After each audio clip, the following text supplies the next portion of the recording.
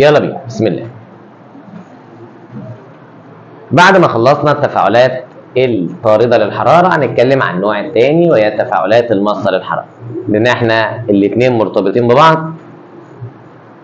ببساطة التفاعلات الطاردة بينتج منها حرارة، التفاعلات الماصة بنمتص منها حرارة، ولكن الكلام ده هنعدلوه النهارده شوية، هنظبطه كده كلام دقيق فيه شوية. ولكن بداية تعالوا نعرف. لما ابتدينا التفاعلات الطاردة للحرارة قلنا هي تفاعلات بيتم فيها انطلاق كمية من الطاقة الحرارية من النظام إلى الوسط المحيط. هنا التفاعلات دي اسمها تفاعلات ماصة للحرارة. قال لك برضو هي تفاعلات، بس التفاعلات ديت يلزم لحدوثها ايه؟ امتصاص طاقة حرارية. اسمها تفاعلات ماصة للحرارة لأننا هنمتص طاقة حرارية. هنمتصها منين؟ من الوسط المحيط. هنمتصها منين؟ من الوسط المحيط، وتؤدي إلى انخفاض درجة الحرارة. طبعا النوع ده من التفاعلات لما احنا أخدنا ببساطة كده زي كحول وقلنا هي طبيعته كده، أنا لما برش الكحول على إيدي هو بيسحب الحرارة من إيدي ويتبخر، فايدي بتحس بالبروده، هي دي طبيعته. فدي طبيعه في المركب ذات نفسه، ان هو هيمتص الحراره من الوسط المحيط ايا كان هو ايه، فيبقى اسمه تفاعل ماصة للحراره. التفاعل ده يمكن غريب شويه بالنسبه لنا، اللي هو تفاعل نعمله فالميه بتاعت التفاعل تبرد، وخدنا بقى عليها تطبيق ايش الكمادات البارده اللي بتتعمل لو الشخص اتخبط، او حتى الكمادات اللي بتتحط على الجبهه هنا علشان تخفض الحراره والسخونيه. بس هناخد مثال بقى اعلى شويه. احنا الامثله اللي كنا بناخدوها ايدك تحس بالبروده، الميه تسقع. النهارده هنعلي الليفل بقى، هنخلي التفاعل يسحب الحراره لدرجه ان الميه تتجمد.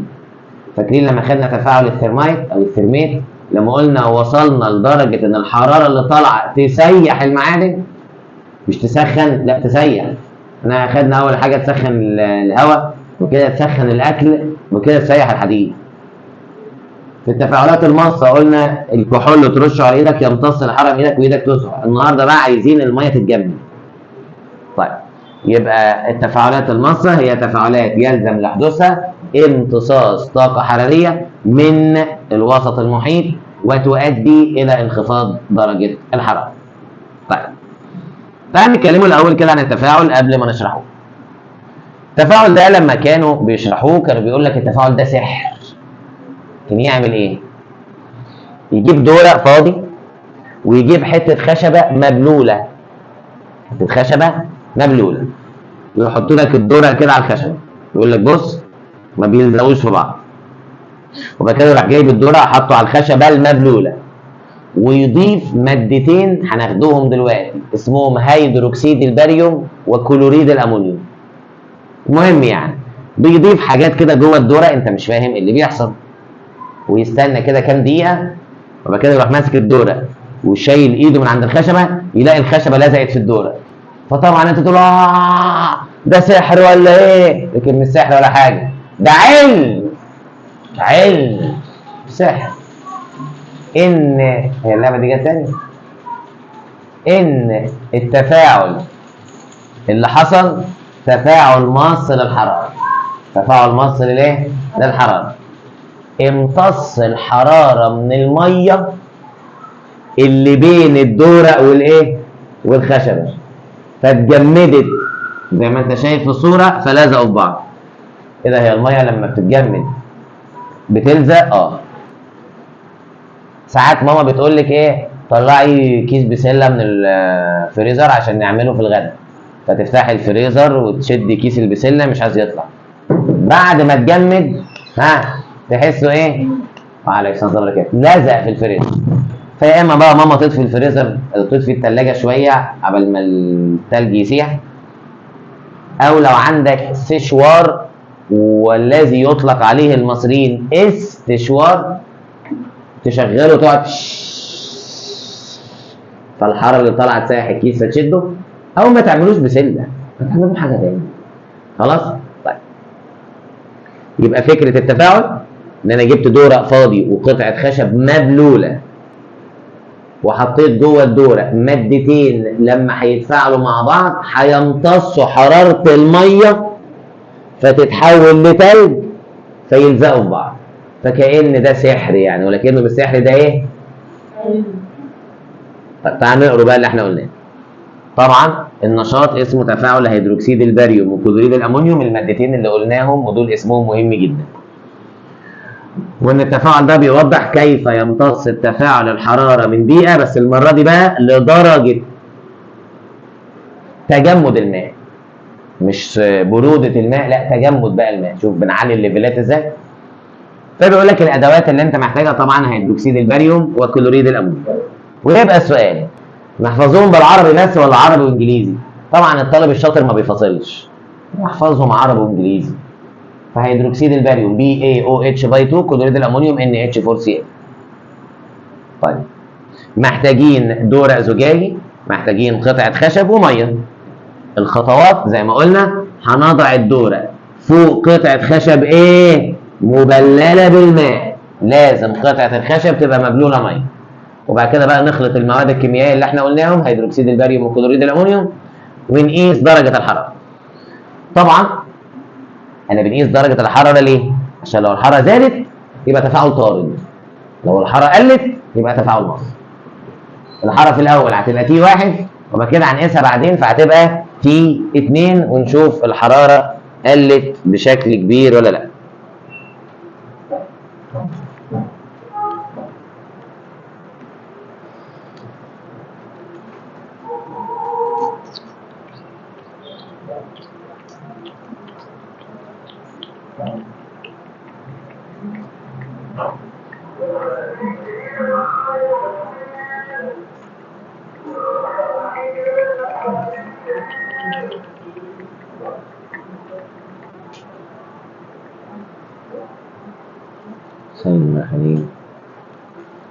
دي متسجله كذا مره، دي كل مره بتبقى حاضره وبتتاخد غياب. نشوفها يمكن متسجله مرتين.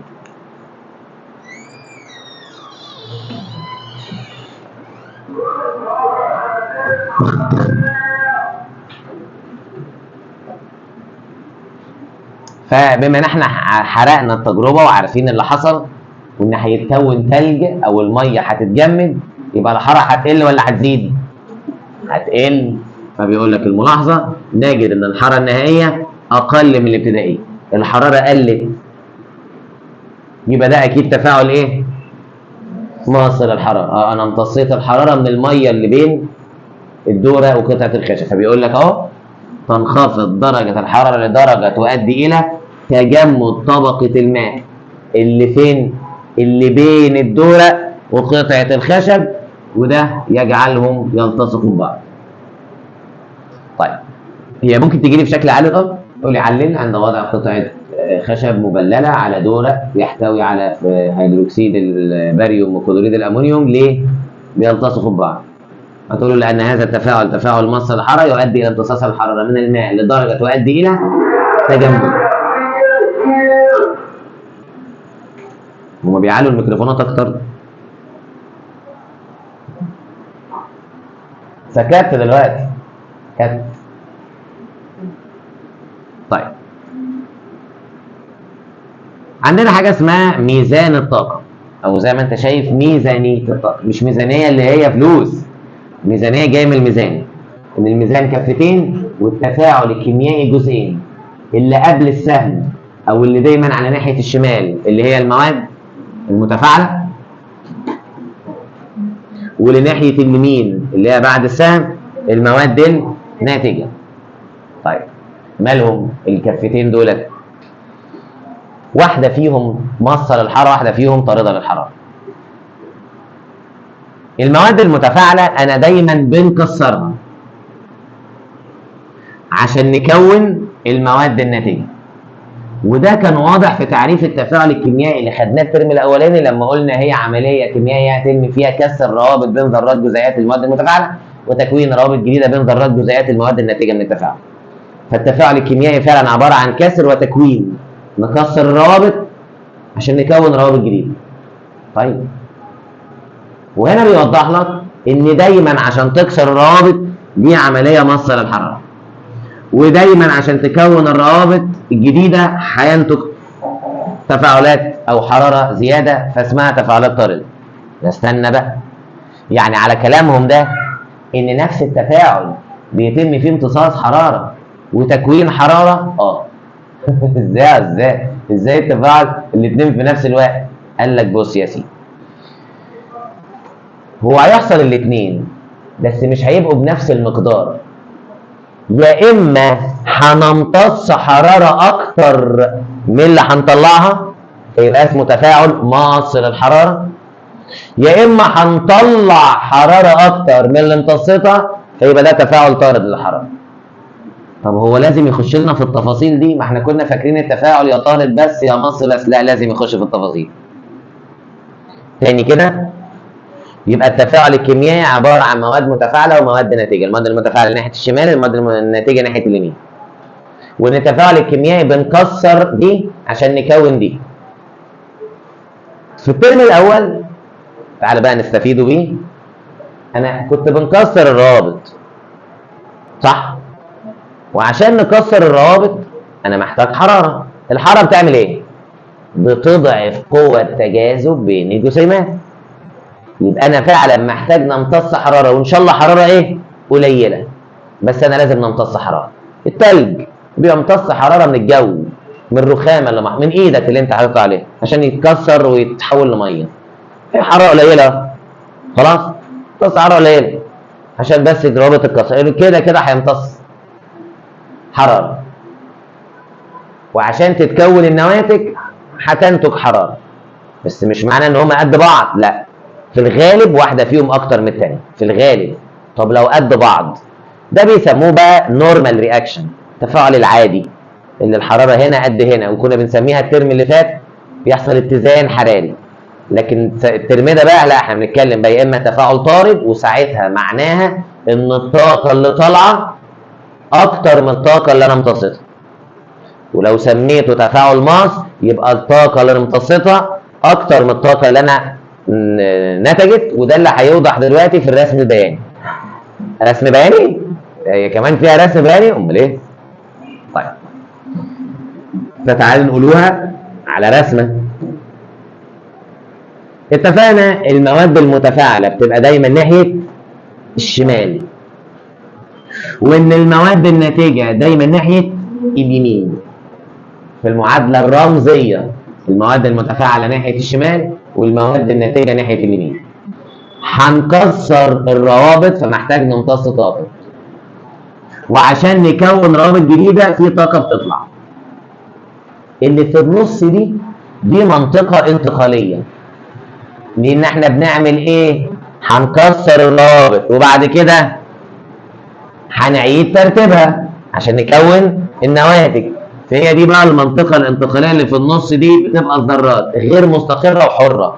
ليه؟ ما انا فكيت الروابط، فكل ذره مع نفسها. اروح انا كده انت تعالي هنا وانت تعالي هنا وانت تعالي هنا وانت تعالي هنا، غيرت ترتيبهم فاتكونت مين؟ النواتج.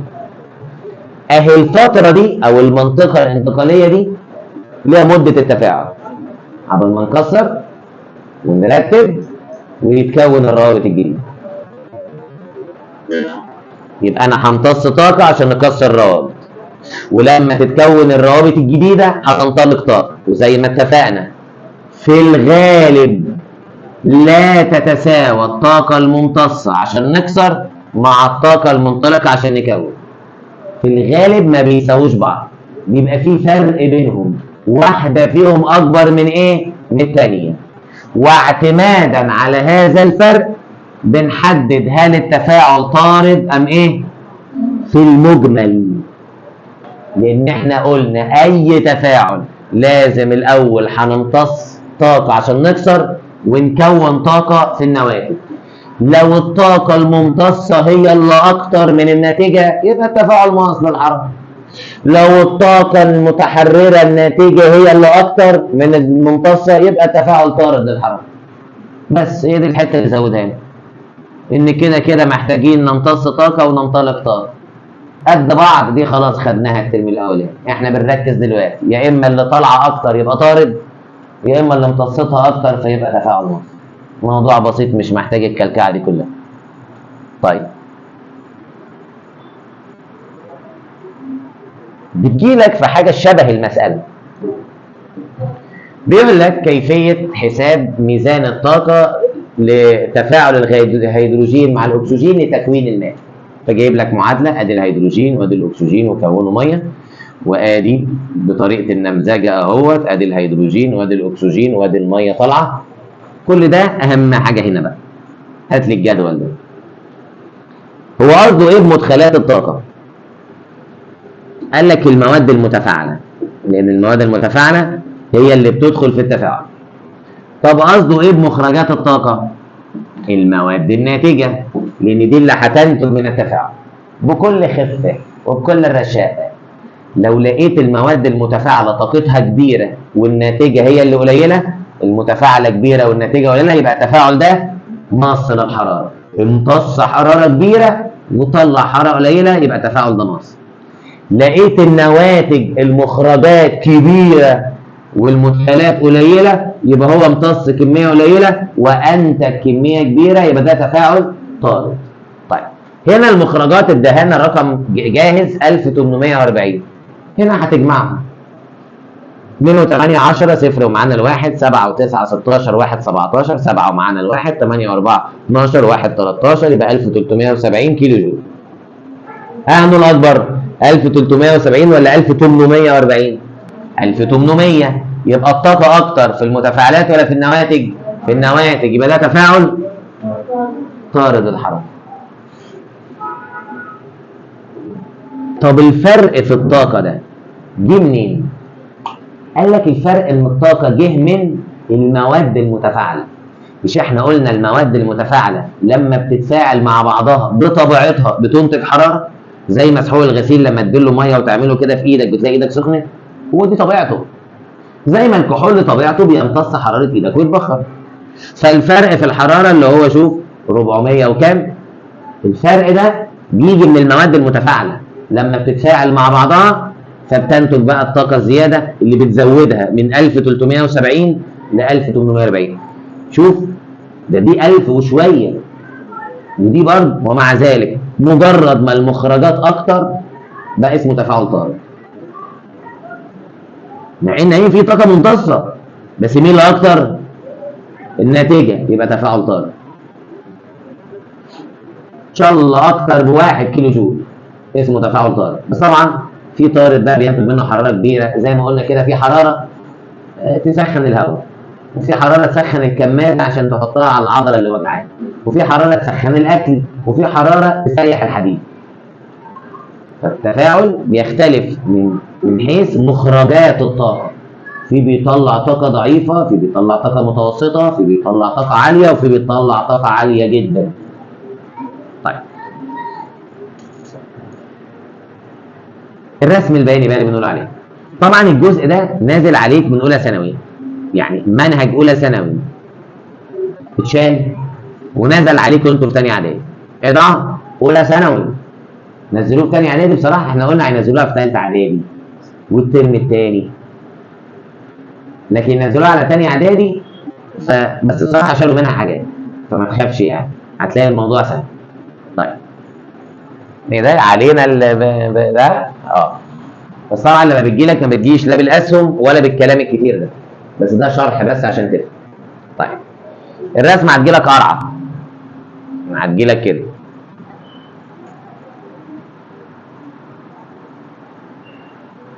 او هتجيلك كده، دي المصه ودي الطارده. طيب خلاص احنا هنحفظوه. اللي عامله كده وايه اللي عامله كده، الاثنين عاملين كده. طيب تعالى بس نفهموا كده حبه حاجات خلينا واحده واحده مع بعض. احنا اتفقنا مين اللي بتبقى ناحيه الشمال؟ المتفاعلات، وهنا برضو لناحيه الشمال المتفاعلات. مين اللي بتبقى ناحيه اليمين؟ النواتج. مين بتبقى ناحيه اليمين؟ النواتج. هنا كل دي طاقه انا امتصتها عشان نكسر الروابط، بص شايف كل الطاقه دي، عشان كده ببتدي المتفاعلات من تحت، عشان نبقى لك انا قاعد نمتص في الطاقه، نمتص في الطاقه، نمتص في الطاقه، نمتص في الطاقه، والنواتج ظهرت. هي دي شويه الطاقه اللي طالعه. يبقى دي الطاقه اللي انا امتصيتها، ودي الطاقه اللي نتجت. مين اللي اكتر؟ الطاقه اللي انا امتصيتها. يبقى ده تفاعل مص للحراره. بص اهو، دي الطاقه، لان دي المتفاعلات ما تنساش، اللي على الشمال المتفاعلات واللي على اليمين النواتج. دي الطاقه، فانا ممكن كمان نعملوها بالاسهم. كل دي الطاقه اللي انا امتصيتها، بينما دي الطاقه الناتجه. مين اكتر؟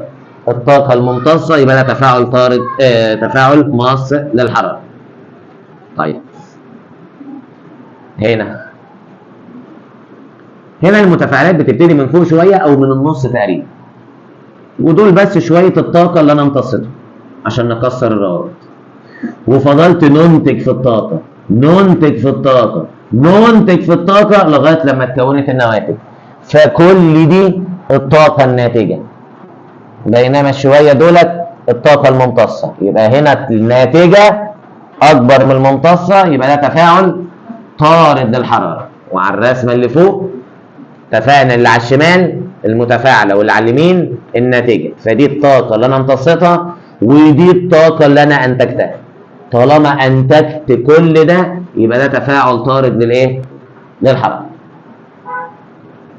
في ناس بقى تقعد تحفظها يقول لك المص للحراره المتفاعلات بتبقى تحت. ينفع، بس النواتج هي اللي فوق، بينما الطارده المتفاعلات هي اللي فوق بس النتيجه هي اللي تحت. وماله، علامه برضو مش وحشه. في ناس بتحفظها بالشكل فعلا، تقول لك دي عامله كده بينما دي، وماله. طيب من الحاجات اللي كتبها وجارة طاقه التنشيط، واسمها طاقه التنشيط، هي شرحه نفسها، الطاقه اللي الذرات محتاجه علشان تنشط ويتم التفاعل. فانت بتفضل تمتص في الطاقه، تمتص في الطاقه، تمتص في الطاقه. خلاص انا جاهز، يلا بينا. كانك بتجهز نفسك. ماما مثلا هتبتدي تطبخ، فبتجهز، بتطلع كيس البسله، كيس فراخ، تحضر الرز، صلصه، ملح، خلاص كله تمام. هتبذل مجهود عشان تلم كل ده، كله جاهز، يلا بقى نطبخ.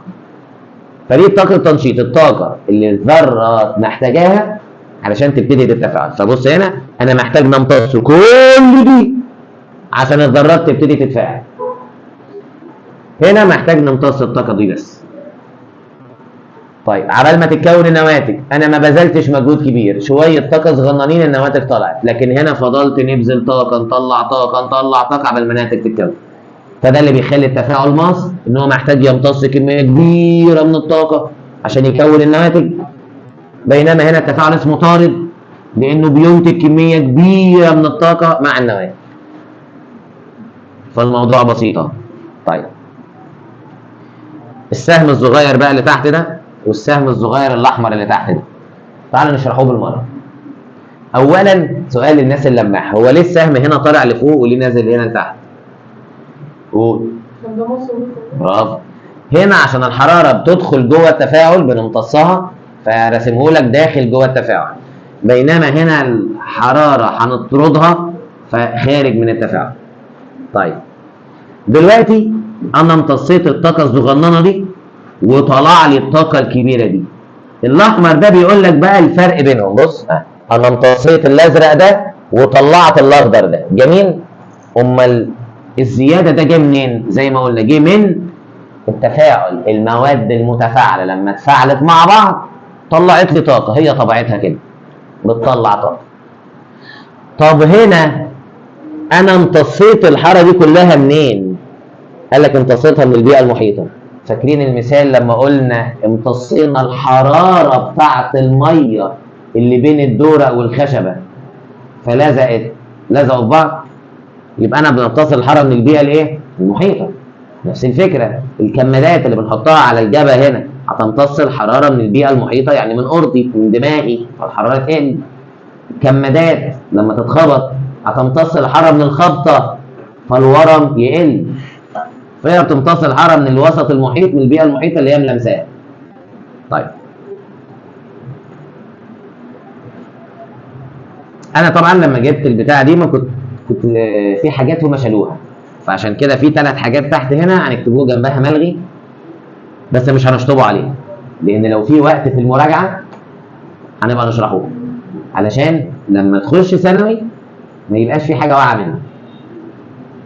طيب، وحاجه كمان، زمان المنهج ده كان بيتشرح لغايه سنه 2023، فلو عايز نبعت لك فيديو لمدرس، ده طبعا انا مش شغال ثانوي، لمدرس تاني وهو بيشرح الجزئيه دي بحيث تفهم التفاصيل كلها، ماشي. انا كنت عايز نبعته على الجروب، بس انا خفت لما نبعته ولي الامر يقول لك اقعد اسمعه ويفتكر عليك في المنهج لا، اللي عايز يبعت لي يقول لي مثلا انا عايز فيديو بتاع وغالبا لان كان في فيديو لخالد صقر، استاذ خالد صقر، وده مدرس ثانوي بس طريقته روعه واسلوبه شيق جدا. خلاص، فلو عايز، بس اللي عليك ذاكر الاول وافهم اللي عليك، وبعد كده ممكن ابعت لي نبعت لك الفيديو تقعد ايه تقزقز فيه كده اهوت، لو عايز تاخد معلومات زياده. طيب، اللي علينا بقى، طبعا اللي على اليمين ده طارد واللي على الشمال ده ماس. الطارد يصاحبها انطلاق طاقه حراريه اسمه طارد، هنا امتصاص طاقه حراريه عشان كده اسمه ماس. هنا هترتفع درجه حراره الوسط لانه هيديها طاقه، هنا هتنخفض درجه حراره الوسط لانه هيمتص منها طاقه. هنا الطاقه المنطلقه بتبقى اكبر لانه طارد، هنا الطاقه الممتصه هي اللي اكبر لانه امتصها. اهو ال3 معلومات دول بقى اللي هم المحتوى والاشاره والمخطط، دول اللي ملغيين. في اخر الحصه خليك بس معايا، في اخر الحصه التالتة دي سهله، ممكن اللي هي ايه، المصه بتبتدي من تحت اللي احنا قلناه من شويه وترتفع، اللي هي دي اللي هي بتبتدي من تحت والنواتج بتبقى فوق شويه، بينما دي بتبتدي من فوق والنواتج بتبقى تحت. بس مش مستاهله يعني الذاكره من هنا، هي باينه على الرسمه يعني. هنا بتبتدي من مستوى منخفض اللي هو المتفاعلات ويرتفع النواتج لان انا مش محتاج طاقه كبيره في النواتج. هنا بيبدي من مستوى عالي لان انا مش محتاج طاقه كبيره في المتفاعلات، وبننزل لتحت في النواتج عشان محتاج طاقه كتير ناتج. الامثله 3 2 منهم واخدينهم، الثرمايت او الثرميت وده خدناه الحصه اللي فاتت، العبوات زي التسخين خدناها المره اللي فاتت، واحتراق شريط المغنيسيوم خدناه الترم الاولاني. فاكرين لما قلنا احتراق شريط المغنيسيوم وبينتج منه اكسيد المغنيسيوم وممنوع تلمسه لانه بينتج منه حراره، وان الحراره ديت وتلبس قناع واقي، فده تفاعل طارد للحراره. ده اخدناه النهارده، تفاعل هيدروكسيد الباريوم مع كلوريد الامونيوم، تفاعل مصدر الحراره وتفكك يعني انحلال كربونات الكالسيوم. بص بقى يا سيدي، حاجه تتفكك يعني تنحل، انحلال يعني نفك حاجه. معلومه لو فكرت فيها هتلاقيها صح، جميع التفاعلات اللي فيها تفكك يعني انحلال مصة للحراره، لان انا عشان نفككها محتاج ايه؟ حراره عشان نضعف قوة تجاذب فتتفك، مش هي ماسكه في نفسها، انا عايز ايه؟ نفكها، فمحتاج نضعف قوة التجاذب فبنستخدم حراره. فالمعلومه بتقول ان اي تفاعل فيه كلمه انحلال هو تفاعل مصدر للحراره، بس تبقى فاهم ليه؟ لان علشان نحل حاجه يعني نفكها انا محتاج نمتص كميه كبيره من الحراره عشان نضعف قوه التجاذب، عشان كده بنسميه تفاعل ماس. وزي ما قلنا ان التفاعل الماس بياخد الطاقه ويستغلها عشان يكسر روابط، فبيبقى التفاعل ساقع بارد، مش بياخد الحراره ويخزنها جواه، ده بياخد الحراره ويكسر بيها الروابط، يسحب حراره كمان ويكسر الروابط، يفضل يسحب في الحراره ويكسر في الروابط. فلما يسحب الحراره مثلا من الميه تبرد، يسحب الحراره من الهواء يبرد، ومش بيسحب الهواء ويخزنها جواه، لانه لو خزنها جواه هو هيسخن يبقى ما عملناش حاجه. لا، ده بياخد الحراره ويستغلها ويسحب تاني ويستغلها ويسحب تاني. نفس فكره المروحه، بتسحب الكهرباء عشان تلف هي بتسحب الكهرباء وتخزنها جواها؟ لا، هي بتسحب الكهرباء وتحولها لطاقه حركيه، وتسحب تاني وتحولها لطاقه حركيه، وتسحب تاني. عشان كده طول ما المروحه شغاله بتسحب كهرباء والعداد بيلف، طول ما المكوه شغاله بتسحب الكهرباء وتحولها لحراره، وتسحب تاني وتحولها لحراره، وتسحب تاني وتحولها. طول ما المكوه شغاله بتسحب كهرباء. نفس الكلام التكييف، نفس الكلام الثلاجه، نفس الكلام الغساله، بيسحبوا كهرباء اللي بيحولها لحركه، اللي بيحولها لضوء، اللي بيحولها لحراره، بيحولها لبروده، ويفضل طول ما هو شغال يسحب، طول ما هو شغال يسحب، طول ما هو شغال يسحب، طول ما هو شغال يسحب. نفس الكلام، طول ما التفاعل الماس شغال بيسحب الحراره ويستخدمها عشان يكسر ويضعف الروابط لغايه لما تتفكك، خلاص ساعتها التفاعل يقف. طيب، كتاب الامتحان زود كمان مثالين. مثال من الدرس اللي فات وده جميل، بس تعالى ناخده قبليه مثال كمان. بس طبعا هو اكيد موجودين في كتاب المدرسه، بس لما ينزل بقى كتاب المدرسه يبقى نتاكد. وهو انحلال او تكون غاز الاوزون. ايه ده، هو بيتكون ولا بينحل؟ ما هو دي لها شرح بس هنقوله لك بسرعه كده عشان انت حاببها. الاوزون رمزه او 3. اتكون ازاي؟ ان الاو 2 اتحدت مع واحده او فبقت او 3. طب ايه المشكله؟ 2 زائد 1 ب3. ان الغلاف الجوي ما فيهوش غير او 2 بس، ما فيش او لوحدها دي. طب دي اتكونت منين؟ العلماء قعدوا يدوروا ويعملوا ابحاث لغايه لما اكتشفوا ان في اشعه اسمها اشعه فوق البنفسجيه. الاشعه دي الاو 2 بتمتصها ايه؟ بتمتصها عشان تتكسر لاو واو، ودي برضو تمتص الاشعه فوق البنفسجيه وتتكسر. فيبقى عندي شويه او 2 ما تكسروش وشويه او 2 تكسروا. اروح انا لامم بقى واحده او 2 مع واحده او ويديني او 3، واحده او 2 مع واحده او ويديني او 3 لغايه لما تكون غاز الاوزون. طبعا واحد يقول لي طب طالما غاز الاوزون اتكون خلاص ايه المشكله؟ اقول لك بالليل لما الشمس بتروح الاوزون بيتفكك ويرجع تاني للاثنين دول. فين المشكله برضه؟ الملوثات بتطلع تخطف الاو دي. ايه تخطفها؟ بتتفاعل معاها يعني، اللي هو بقى دخان المصانع والعربيات والفريون اللي طالع من التكييفات والثلاجات بيطلع بالليل ويخطف الاو دي، فيجي الصبح الاو 2 تدور على الاو عشان تكون طبقه الاوزون ما تلاقيهاش، فيتكون في المنطقه دي ثقب للاوزون. ما هو ما فيش اوزون اتكون في الحته دي، الملوثات خطفت شويه او مفرد فما بقاش فيه او، فجه الاو 2 طلع هو راح فين؟ ومش هينفع يكون اوزون، فيتكون في المنطقه دي ثقب للاوزون. ماشي يا مستر ثقب الاوزون؟ لا، ما هو المفاجاه ان ما فيش ثقب واحد، ده الاوزون ما شاء الله مخرب، ده كذا ثقب للاوزون، بس اكبر ثقب للاوزون موجود في القطب الجنوبي، وليها سبب علمي ان الرياح اتجاهها ناحيه القطب الجنوبي، فالرياح وهي ماشيه بتلم بقى بقيه الدخان بتاع المصانع على دخان العربيات على الفريون بتاع الثلاجات والتكييفات وتروح رمياهم كلهم عند القطب الجنوبي فتكون اكبر ثقب للاوزون في القطب الجنوبي. طب يا مستر مش انت قلت ان الاشعه فوق البنفسجيه هتكسر الاو 2 وتطلع او، بس معدل تآكل الاوزون اسرع من معدل الايه؟ التئام الاوزون. عشان كده لما هتاخدها ان شاء الله في سنه من السنين، ايه حل طبقه الاوزون عشان نحل مشكله ثقب الاوزون؟ نقلل الملوثات.